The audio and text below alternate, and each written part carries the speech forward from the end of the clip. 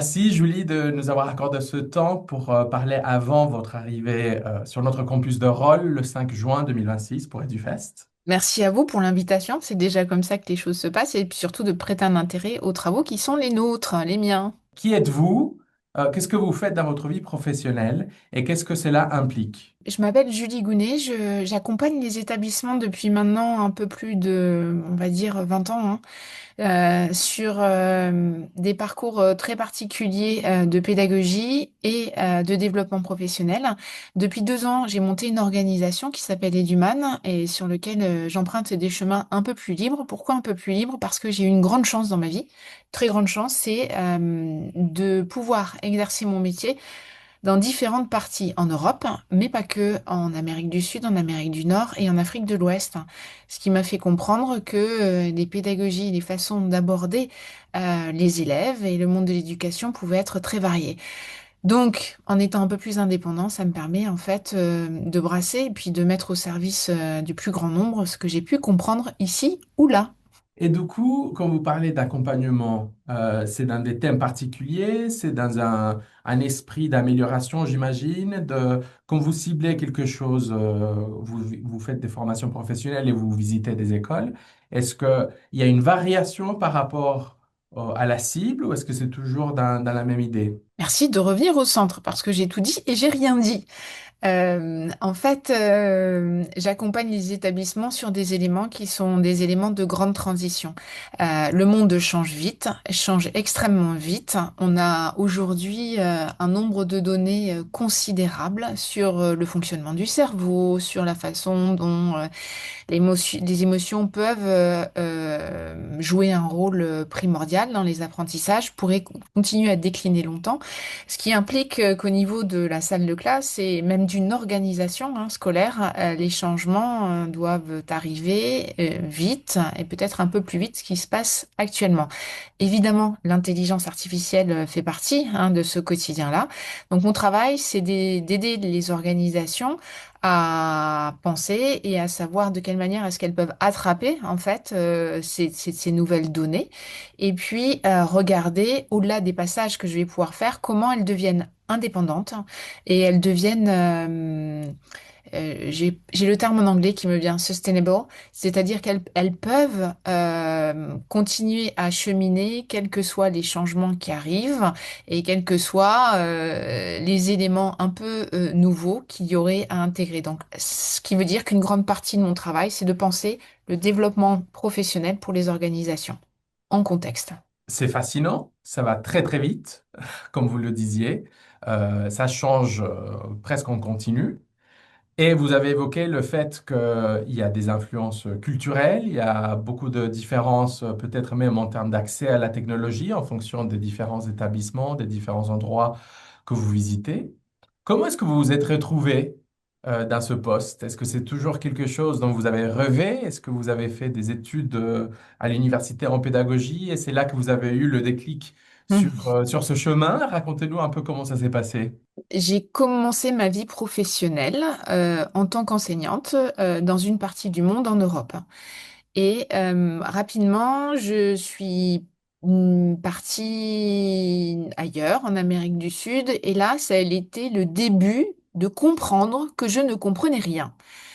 Et de l'Amérique du Sud, je suis passée en Amérique du Nord, et là, ça a été une gifle immense. J'avais déjà un peu compris que je ne comprenais pas, mais là, j'ai bien compris qu'il fallait que je reprenne mes études, que même après un curriculum européen dit abouti, on est allé au bout, ben en fait, il était plus qu'urgent que je revienne dans d'autres universités. Donc, j'ai refait j'ai refait, je suis repartie en études universitaires à 3 moments de ma vie, dans 3 lieux différents, pour essayer de comprendre ce que d'autres pensaient de l'éducation et pouvoir adopter d'autres angles d'entrée pour moi pédagogique et pour mieux comprendre ce qu'on pouvait faire dans une organisation scolaire. J'ai pas envie de vous dire une salle de classe parce que je n'ai qu'une envie, moi, c'est que cette salle, elle devienne plus une salle, mais un peu d'autres choses. Et c'est en partie ce que je ferai dans les ateliers. Passons justement aux ateliers. Vous allez présenter deux ateliers différents. Est-ce qu'ils seront sur le même thème ou est-ce qu'ils seront sur des thèmes différents? Alors, ils seront à la fois sur des thèmes différents, mais on va parler de la même chose, c'est-à-dire comment une organisation scolaire peut s'attaquer et peut penser d'être présente pour tout le monde et pas juste pour une petite poignée. C'est-à-dire comment est-ce que l'école devient plus inclusive en respectant ce que sont les élèves avec, et au-delà des élèves, les individus qui arrivent dans les institutions, comment est-ce qu'on les accompagne en leur permettant de rester ce qu'ils sont jusqu'au bout du chemin. Donc, il va y avoir un atelier sur la conception universelle des apprentissages, c'est-à-dire comment est-ce que je peux créer des apprentissages qui soient accessibles au plus grand nombre avant de penser les différencier, c'est-à-dire l'accessibilité dès le départ. Et on verra comment l'intelligence artificielle peut être un levier à cette conception. Et puis, un deuxième atelier où on parlera là plutôt de métacognition et on parlera de visible thinking.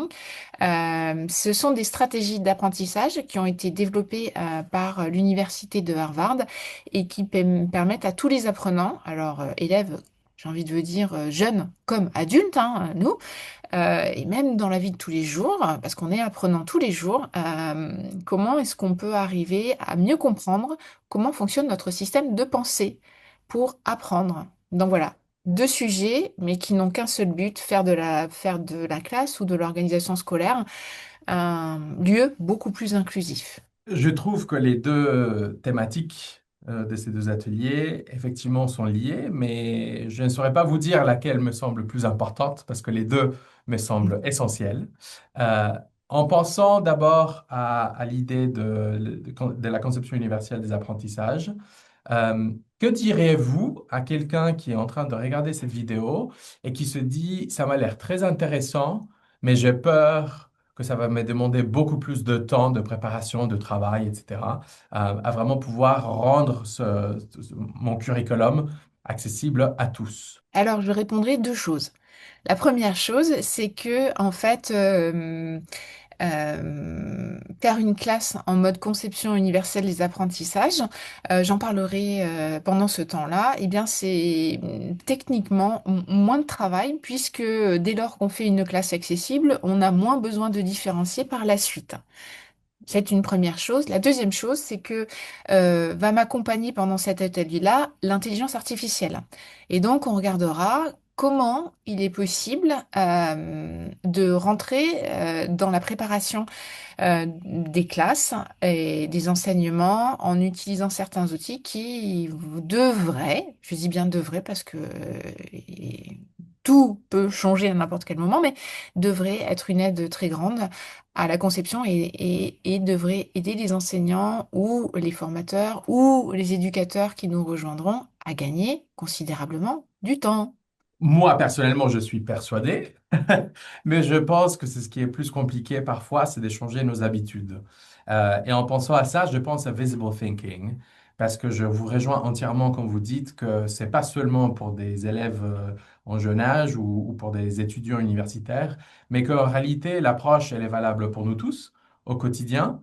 Quand vous pensez à visible thinking, est-ce que vous croyez que c'est vraiment quelque chose que la plupart des gens connaissent déjà, sont au courant, ou vous pensez que vous allez leur dévoiler quelque chose d'entièrement nouveau? Ah, ça c'est une grande question dont je n'ai pas la réponse et peut-être que certaines personnes viendront aux ateliers et auront déjà un peu entendu parler ou ici ou là de ces éléments-là. Peut-être d'autres auront déjà suivi un curriculum, d'autres auront lu les ouvrages merveilleux de Ron Richard ou d'autres se demanderont, mais qu'est-ce que signifie la pensée visible et qu'est-ce qui se cache un peu derrière tout ça?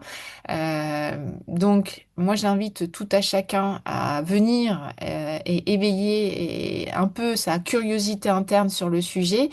Ce que je vais dire est très personnel. J'ai rencontré les routines de pensée. Je fais une traduction française du visible thinking. Euh, il y a une quinzaine d'années et ça a été une telle révolution dans ma propre vie que ça m'a donné l'impression, c'est une image, de faire un tour à 180 degrés, c'est-à-dire que j'avais l'impression d'avancer dans la bonne direction et une fois que j'ai fait un petit pas et un petit morceau de chemin avec l'université d'Harvard, eh ben, j'ai eu l'impression de me réorienter considérablement dans la façon dont je préparais les cours, mais aussi dans la façon dont je pouvais regarder et accompagner les apprenants avec moi. Donc, si je résume, ça vaut entièrement la peine. Ah oui. Ah oui. Alors, ça vaut la peine, vous l'avez dit, ça vaut la peine professionnellement parlant, mais je mets 3 points de suspension, ça vaut aussi la peine personnellement parlant, parce que toutes les personnes que je connais, et ça n'a pas vocation à généraliser, mais euh, ça change aussi profondément les êtres humains que nous sommes et notre fonctionnement dans un mode plus privé. Voilà. Il est toujours bon de se poser des questions. Laissons de côté un peu les deux thématiques que vous allez aborder lors des DuFest. Concentrons-nous maintenant sur Julie. Comme vous n'êtes pas en train de penser à la conception universelle des apprentissages, à la pensée visible, euh, qu'est-ce que vous lisez? Ce que vous lisez est toujours en lien avec la pédagogie, avec ces questions, ou est-ce que ça vous arrive quand même de temps en temps de lire un roman ou d'écouter de la musique, de danser un peu? Qu'est-ce que vous faites quand vous n'êtes pas en train de penser à toutes ces questions très importantes et très, très compliquées vis-à-vis de l'éducation? Alors, ce que je fais quand je peux, et là bientôt, c'est marcher dans les forêts. Alors voilà, j'ai une grande passion, c'est marcher dans les forêts. Et si ce sont des forêts de séquoia, alors je suis encore plus contente puisque j'habite du côté de l'ouest des États-Unis, en Californie. Il y a beaucoup de séquoias. Ça, c'est une première grande passion. Je lis aussi et j'ai lu cette année un ouvrage qui a fait, alors qui n'est pas en lien direct avec mon champ d'activité, mais je pense que tous les individus et tout éducateur devraient lire cet ouvrage-là. Si j'avais la possibilité de le mettre sur un maquettage de cours de personnes qui deviendraient enseignantes, je le mettrais tout de suite et en numéro un. Ça s'appelle Toutes les intelligences du monde. C'est une traduction d'un ouvrage de James Bridle. Et en fait, c'est un ouvrage qui nous aide à nous décentrer terriblement en comprenant que la façon dont on regarde le monde, en fait, est très paramétrée par ce que l'on est en tant qu'humain et que finalement, si on veut essayer de mieux comprendre comment il fonctionne, ce monde-là, eh bien, il faut essayer de penser comme un arbre, comme un oiseau, comme une herbe, comme un poulpe, que sais-je, comme le vent, et nous montrer qu'il y a mille choses intéressantes qui se passent un peu partout. Et quand j'ai lu ce livre-là, je n'ai eu de cesse de me dire que c'était peut-être l'élément le plus compliqué quand on travaille avec les autres que d'essayer de comprendre comment ils fonctionnent et où se situe leur propre système d'intelligence. Parce que je suis persuadée, je ne ferai pas ce métier-là, que tout individu que j'ai la chance d'accompagner, eh bien, il va pouvoir évoluer, va pouvoir apprendre. Mais mon travail à moi, c'est de comprendre comment le système intelligent de l'autre fonctionne. Donc, ce livre-là, même si on ne parle pas d'humain tout de suite, eh bien, il aide fortement à se décentrer. On dirait que c'est un excellent point de départ, justement, pour changer ses perspectives, pour changer ses habitudes, pour se questionner, comme vous l'avez dit tout à l'heure, également, se remettre en question, se challenger soi-même. Merci Julie pour le temps que vous nous avez accordé ce matin. Est-ce que vous avez encore un dernier mot, un message que vous aimeriez partager avec les auditeurs qui seront à EduFest 2026? Pour moi, je serais très contente si, en passant dans l'atelier ou les ateliers, peut-être qu'on se rencontrera une fois ou deux fois, eh bien, vous sortez avec moins de certitude et plus de curiosité. J'ai envie de dire que là, je serais très heureuse.